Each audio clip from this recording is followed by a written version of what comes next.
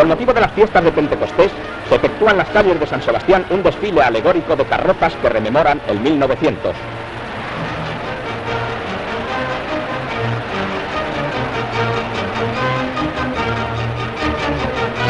...15 sociedades populares y recreativas con el Centro de Atracción y Turismo colaboran eficazmente en el festejo.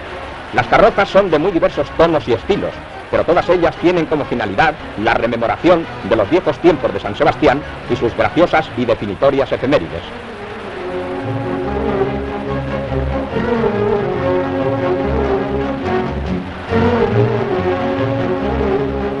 Los viejos tranvías donostiarras, ya desaparecidos de sus calles, son objeto de especial evocación. Al paso de los carruajes, la muchedumbre se recrea con esta versión plástica de las antiguas memorias.